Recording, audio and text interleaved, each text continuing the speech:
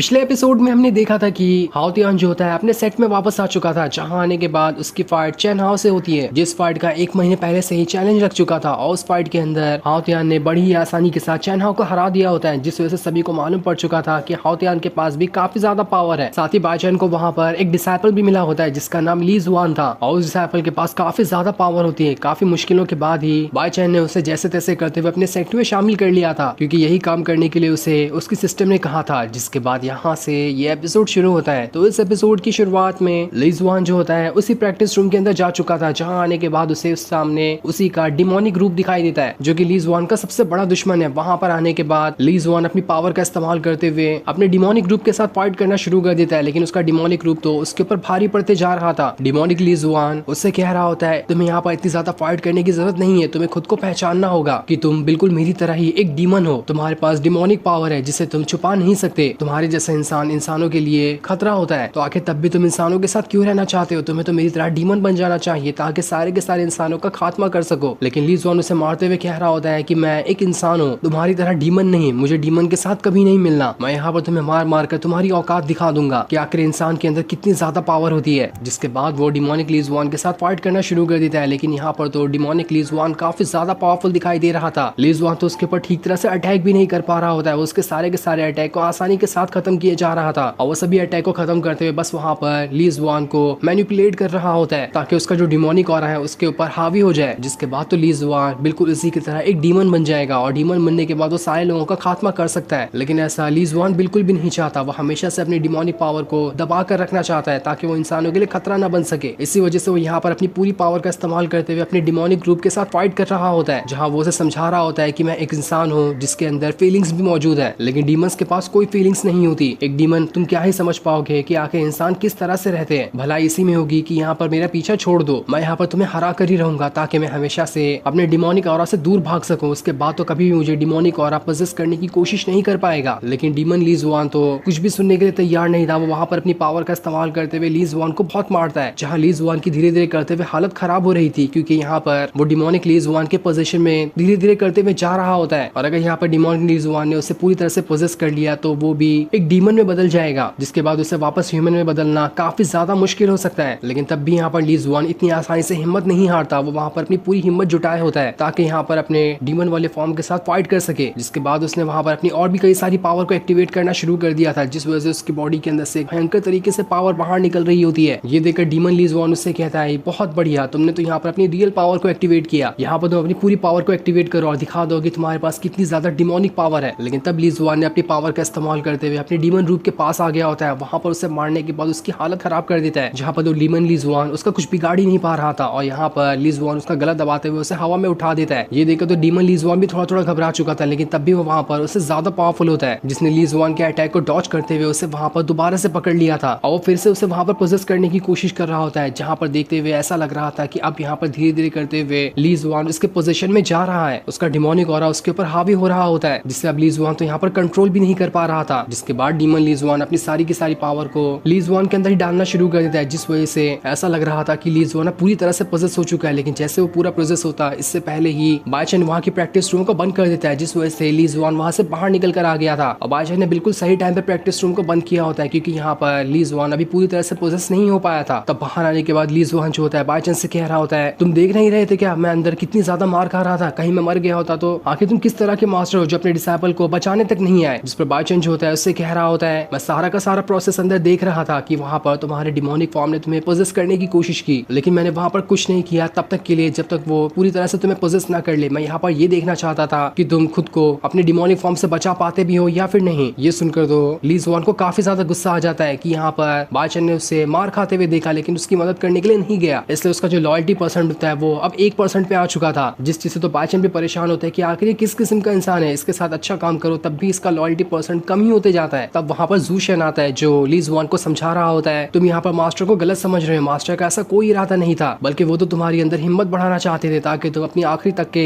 अपने दुश्मनों के साथ फाइट करने की हिम्मत जुटा सको। और इस चीज में देखो तुम कामयाब भी होते जा रहे थे, तुमने काफी टाइम तक के अच्छे से अपने डिमोनिक फॉर्म के साथ फाइट की। इसी तरह से मास्टर ने बाकी लोगों की भी मदद की है उनके सेल्फ कॉन्फिडेंस को बढ़ाने के लिए। ये सुनकर ली जुआन का जो लॉयल्टी परसेंट होता है अब वहाँ पर 15 हो चुका था, लेकिन यहाँ पर थोड़ा थोड़ा ली जुआन को बाइचेन के ऊपर भरोसा हो रहा होता है कि सच में वो वहाँ पर उसकी मदद ही करना चाहता, जिसके बाद बाय चैन ली जुआन से कह रहा होता है अगली बार जब भी तुम प्रैक्टिस रूम के अंदर जाओ तो इस बात का ख्याल रखना कि तुम्हें अपने इमोशन को खुद पे हावी होने नहीं देना है। अगर तुम अपने इमोशन पे कंट्रोल कर पाते हो तो उसके बाद तुम आसानी के साथ अपने दुश्मनों का वहां पर मुकाबला कर पाओगे। जिस पर ली जुआन भी मान जाता है। जिसके बाद जू शेन जो होता है वो बाय चैन से कह रहा होता है मैं भी जा रहा हूँ प्रैक्टिस रूम के अंदर ताकि वहां जाने के बाद अपने दुश्मनों का मुकाबला कर सकूं। तब बाय चैन जो होता है ली जुआन से कह रहा होता है आओ मेरे साथ, हम दोनों अंदर जाकर देखते हैं कि किस तरह से जू शेन अपने दुश्मनों का मुकाबला करता है। हो सकता है इससे तुम्हें थोड़ा और कॉन्फिडेंस मिल सके। जिसके बाद जू शेन उसी प्रैक्टिस रूम के अंदर आ जाता है जहाँ उसके सामने उसके अंकल होते हैं, जिस अंकल ने उसके कई सारी बोन को तोड़ दिया था ताकि वो अपनी सुप्रीम बॉडी की पावर का इस्तेमाल दोबारा कभी ना कर पाए। और यहाँ आने के बाद जू शेन अपने अंकल के साथ ही फाइट कर रहा होता है जहाँ उन दोनों के बीच काफी जबरदस्त फाइट हो रही होती है। जू शेन जैसे अपने अंकल पे भारी पड़ता है, उसका अंकल वहाँ पर इमोशनल ड्रामा करते हुए उसे अपने कंट्रोल में लेने की कोशिश करता है कि मैं तो तुम्हारा अंकल हूँ ना, अपने अंकल पे इस तरह से तुम अटैक करोगे, मैंने तो तुम्हें बचपन से पाला था लेकिन तुम इस चीज का ये सिला दे रहे हो, ऐसा नहीं हो सकता। और जैसे ये सुनकर जू शेन थोड़ा वहाँ पर रुकता है, उस चीज का फायदा उठाकर उसका अंकल उसके ऊपर अटैक करना स्टार्ट कर देता है ताकि यहाँ पर जू शेन की जान ले सके। लेकिन जू शेन भी यहाँ पर कम पावरफुल नहीं था, उसने वहाँ पर अपनी हिम्मत को जुटाया होता है ताकि यहाँ पर अपने अंकल को सबक सिखा सके। दूसरी तरफ ली जुआन और बाय चैन दोनों इस फाइट को देख रहे होते हैं जहाँ बाय चैन ली जुआन से कह रहा होता है जब भी तुम अपने दुश्मनों के साथ फाइट करने जाओगे तब सारी चीजें तुम्हें खुद ही करनी पड़ती है। उस टाइम तुम्हें ये सोचना है कि कोई भी तुम्हारी मदद करने के लिए नहीं आएगा। जब तुम इस बात को सोच लोगे तब तुम्हें हराने वाला सामने कोई भी नहीं होगा। तो वहीं हम जू शेन और उसके अंकल के बीच हो रही फाइट को देखते हैं जहाँ पर उसका अंकल उसके ऊपर भारी पड़ते जा रहा था, लेकिन यहाँ पर मार खाते हुए जू शेन को बहुत ज्यादा गुस्सा आ गया होता है और वहाँ पर अपने अंकल से कहता है बस बहुत हो गया, अब मैं तुम्हें तुम्हारी औकात दिखाता हूँ। जिसके बाद उसने वहाँ पर अपनी बहुत ज्यादा पावर को एक्टिवेट कर लिया था। वो अपनी सुप्रीम बॉडी की पावर का इस्तेमाल करते हुए अपने अंकल के ऊपर अटैक करना शुरू कर देता है, जिस वजह से उसका अंकल वहाँ पर उसका मुकाबला नहीं कर पाता और इस तरह से यहाँ पर जू शेन जीत गया होता है। तो वहीं बाय चैन की बातें सुनकर ली जुआन का उसके ऊपर लॉयल्टी परसेंट और ज्यादा बढ़ गया होता है जो कि 50% पे पहुंच चुका था। ये देखकर तो बाय चैन भी खुश हो जाता है कि चलो इसका लॉयल्टी परसेंट मुझ पे बढ़ तो रहा है। जिसके बाद वहाँ पर जू शेन आकर ली जुआन और मास्टर से कह रहा होता है मैंने अपने दुश्मन का सफाया कर दिया, मैंने अपने अंकल को मार मार कर उसे उसकी औकात दिखा दी है। तब ये सुनकर बाय चैन जो होता है जू शेन से कह रहा होता है तुमने बहुत अच्छा काम किया, अभी जाकर तुम आराम कर सकते हो, जब तुम्हारे पास तुम्हारी पूरी पावर रिकवर हो जाएगी तब मैं तुम्हारे पास आकर तुम्हारी फाउंडेशन लेवल की जो फॉर्मेशन पावर है उसे एक्टिवेट करने की मत कोशिश करूंगा। ये सुनकर जू शेन जो होता है मास्टर से कह रहा होता है मास्टर आपका बहुत बहुत शुक्रिया, जैसे मेरी पावर रिकवर होगी मैं आपको जरूर इसके बारे में बता दूंगा। तो वही ली जुआन जो होता है बाय चैन से कह रहा होता है कि आप मेरी भी पावर को एक्टिवेट करने में मदद कर सकते हैं। लेकिन बाय चैन उससे कहता है कर तो सकता हूँ लेकिन अभी मैं तुम्हारी मदद नहीं करूंगा क्योंकि अभी तुम्हारे पास उतनी फिजिकल पावर नहीं है, तुम्हें अपनी कल्टीवेशन पावर और ज्यादा बढ़ानी होगी तब जाकर तुम्हारे पास फाउंडेशन लेवल की पावर आएगी, उसी के बाद तुम अपने फाउंडेशन लेवल के फॉर्मेशन वाली पावर को समझ।